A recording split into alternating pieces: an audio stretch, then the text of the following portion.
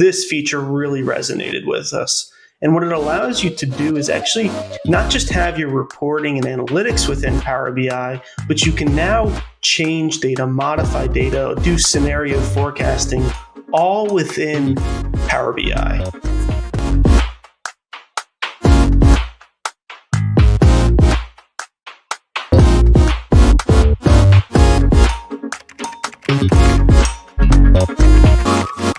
Welcome back to the latest episode of Fabric Threads, where we unravel Microsoft Fabric for you.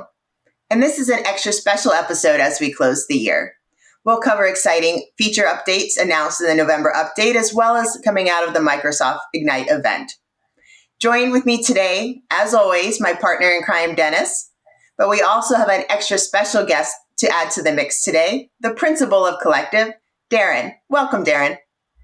Thanks, Jill.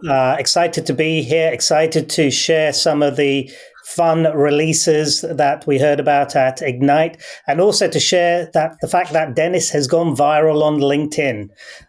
One of the big releases was around Fabric and the write-back capabilities with it now. And Dennis posted about it, and you got a load of impressions.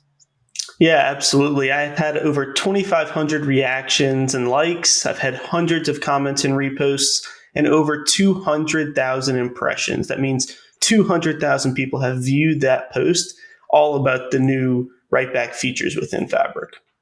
And we'll definitely dive in more to why this announcement about write-back feature resonated so much with everyone. What do you say we hop into this episode, guys? Let's do it. Let's do it. Microsoft announced Fabric databases as the biggest addition to the Fabric platform since its inception. Can you tell us, Dennis, why this is such a big deal and such a pivotal feature? This is such an important feature because SQL Server has always been Microsoft's flagship database product. They've had the on-premise version, they've had the Azure SQL version, and now they're bringing that functionality to within Fabric so that can have all of your transactional data processing directly within Fabric. This is really exciting as Fabric expands past being just a data analytics platform and really now bringing in those operational data stores that you mentioned. Can you talk about the business impact of this, Dennis? How does this really help with simplifying data ecosystems, for example, or delivering actionable insights to these businesses? It's exactly as you said, Jill. Microsoft is now bringing all of the transactional data processing that traditionally had to be done in on-premise SQL Server or Azure SQL and bringing that to Fabric. And at the same time, you can use Fabric lakehouses and warehouses as your analytical processing. So they're bringing all of that under one roof, one license, and one security model. Well, that definitely sounds like a really exciting update. Darren, what about from you? What teams or industries do you think will see the biggest impact from this latest announcement? I think this is huge for industries who have a huge amount of operational data. So vast volumes coming in, maybe by the second, maybe by the hour, that sort of thing, and being able to crunch all of that data directly within the Fabric environment to then get it into their analytical environment all within the same tool set is a massive step forward. Definitely. And Dennis, the buzz in Ignite around this feature was huge, and you saw this in your viral post. What stood out to you the most in the audience response to this? I think the biggest thing and what most people were looking for was the ability to have a SQL Server type environment within Microsoft Fabric. So as Darren alluded to, you can now do both your transactional and your analytical processes all within Fabric, whereas previously you had to use Fabric for maybe your analytical, and then you had to do Azure SQL or your on-premise SQL for your transactional data. Dennis, your LinkedIn post about the write-back feature announced at Ignite went viral with over, 2,500 reactions. Can you walk us through what this feature enables and why it's generating so much buzz?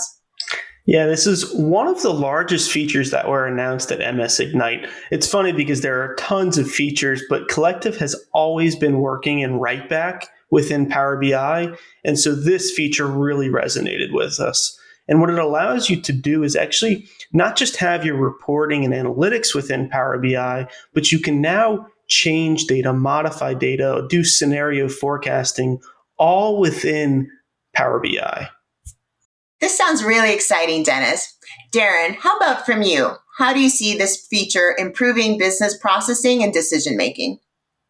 I think this is absolutely huge. When we're looking at analytics, it's a one way. It's a pull of information from your database, from your source systems. This enables you now to push data back and then also get insights from that push of data back in real time. So in real time, you can do things like scenario planning, ask what if questions of the data, and be able to then react based upon that instantaneous information that you're receiving. Who, in terms of audience for this feature, will gain the most out of functionality, and how does it really expand the existing capabilities within Power BI today? Absolutely everybody. So whether you're in finance, in sales, in marketing, operations, HR, you're now able to build out use cases, build out applications within the Fabric environment that can suffice a multitude of different outcomes that you want from the organization. So I think it's right across the enterprise, and it'll be both wide as well as deep impact. Dennis, with such an incredible reaction to this announcement and part of your engagement on social media, what sort of conversations did this spark? What kind of questions were you being asked? Yeah, a lot of the common questions were on feature timeline, when it was going to be released. That information is still with Microsoft. They haven't given us insights into that info. But more importantly, it's really been around what types of users throughout people's organizations will be able to use this in their day-to-day processes. And as Darren mentioned, I really believe that all users within the organization will be able to build this into their day-to-day processes. They'll be able to write back and in real time see changes to data and extract those insights. That definitely does sound like an amazing reaction to a really exciting feature. And if you want to hear more about it, go to Dennis's post on LinkedIn and let's get him to 1 million likes. So one of the most exciting feature updates is the introduction of Copilot for Power BI on mobile apps. So you've heard me speak about how much I love Copilot and your ability to ask questions to your data in a natural language way. But now this really sounds like we're going to be able to do more by interacting with it on the go. Do I have it right, Dennis? Let me hear more about this feature. Yeah, it's exactly that. So traditionally, you had to use Copilot for Power BI within the Power BI service on your desktop or your laptop. And now what this feature allows you to do is actually download the Power BI mobile app on your phone or tablet, and you can ask those questions directly on that device. So whether you're on the go, in the office, on the shop floor, you can go into your Power BI mobile app and ask Copilot those questions about your data and extract those insights in real time. That's awesome. It definitely sounds like a big productivity boost for folks who are often mobile in their roles. What about from you, Darren? What do you see in terms of business impact here? Yeah, I think this is one of the most useful capabilities because using Copilot is really better down in being able to use it on the go, whether that's on your mobile phone, on your tablet, that sort of thing. So folks who are maybe in store with their tablets or on a phone, an engineer in the field, that sort of thing, now isn't hindered by having to go back to their desktop and being able to use it there. They can use it basically at any point, anywhere in the fashion that they want to. Well, all of this sounds really exciting, but are there any misconceptions about this feature or things we should just make folks aware of, Dennis? Absolutely. I think one of the most common misconceptions about this feature and really any other Copilot feature is that it's going to replace the human expertise that does that data analysis. And that's really not the case. It's supposed to enhance that. It's supposed to make the time to intelligence that much quicker. That makes sense because it is your co-pilot after all, not your pilot.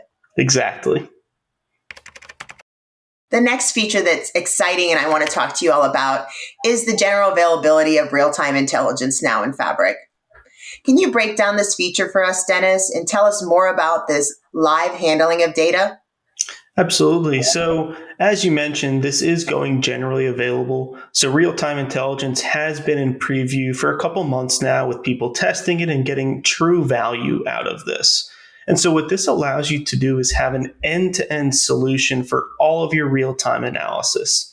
This feature can ingest, transform, analyze, and action your data in real time. So it combines the features of Synapse real-time analytics and Data Activator to extract the insights and then notify you if something is off. That sounds really useful. Do we think this will have a wide business impact across many industries, or is this more specific? Industries that operate in dynamic environments such as retail, logistics, manufacturing, financial services will greatly benefit from this. It's particularly useful for teams responsible for supply chain management, risk mitigation, quality control, customer service, where instant data can drive really better outcomes. That makes a lot of sense. How about going back to you, Dennis? In terms of misconceptions, are there things we should be aware of this feature? Yeah, I think the most common misconception at this point is that you have to be very technical to stand up this infrastructure. And Microsoft and the Fabric team have actually made this very easy to develop and integrate to your normal business processes. So you're able to use the drag and drop interface to set up your entire workflow and extract those insights. And then if you do see a feature missing, you can always write your custom code to be able to maybe extract additional insights or pull in more integrations. Wow, this episode was jam-packed with exciting news and game-changing feature updates from Microsoft Ignite and the November feature update list. And it was so nice to have an extra guest joining us today. So thank you, Darren. We really appreciated it. Thank you, Jill. Thank you, Dennis, for inviting me. I had a fantastic time and really exciting to see all of these new releases within Fabric and also see how our community as well as our clients jump on them and use them. I'll second that. The buzz was electric around not just the Ignite features, but the November update also had some awesome features. So super excited just going into 2025. Having all these Fabric features to be able to test out and implement for our clients.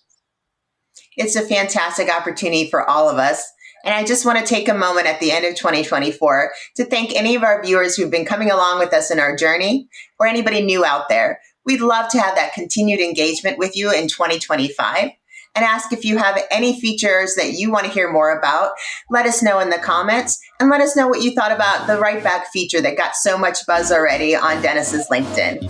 We appreciate you, and we'll see you on the next episode of Fabric Threads.